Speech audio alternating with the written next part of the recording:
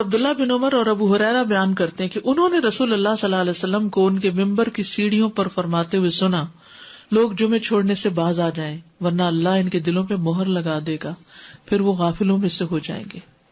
اذان سننے کے باوجود جمعہ کے لیے نہ آنے کی سزا، وہ بھی کیا ہے؟ دلوں پہ مہر اور غفلت میں مبتلا ہونا۔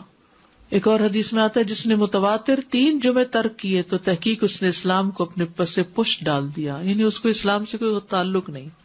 ایک اور حدیث میں آتا ہے جو شخص سستی کی وجہ سے بلا عذر 3 جمعے چھوڑ دے، اللہ تبارک و تعالیٰ اس کے دل پہ مہر لگا دیتا ہے۔ نبی صلی اللہ علیہ وسلم کی ایسے شخص کے لیے ناراضگی ہے جو جمعے کی نماز میں حاضر نہ ہو۔ ایسے لوگوں کے لیے فرمایا جو جمعہ سے پیچھے رہ جاتے ہیں کہ البتہ تحقیق میں نے ارادہ کیا کہ میں ایک آدمی کو حکم دوں کہ وہ لوگوں کو نماز پڑھائے، پھر میں ایسے آدمیوں کے گھروں پر آگ لگا دوں جو جمعہ سے پیچھے رہ جاتے ہیں۔ اتنی ناراضگی کا اظہار کیا۔ عقبہ بن عامر سے روایت ہے، وہ کہتے ہیں کہ رسول اللہ صلی اللہ علیہ وسلم نے فرمایا مجھے اپنی امت کے متعلق کتاب اور دودھ سے خطرہ ہے۔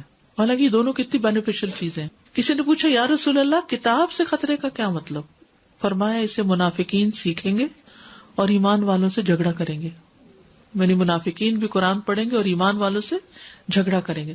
پھر پوچھا گیا کہ دودھ سے خطرے کا کیا مطلب ہے؟ فرمایا کچھ لوگ دودھ کو پسند کرتے ہوں گے اور اس کی وجہ سے جماعت سے نکل جائیں گے اور جمعہ کی نمازیں چھوڑ دیا کریں گے، ان دور دراز کے علاقوں میں فارم ہاؤسز میں جا کے بسیں گے اور جمعے کی نماز تک نہیں پہنچیں گے۔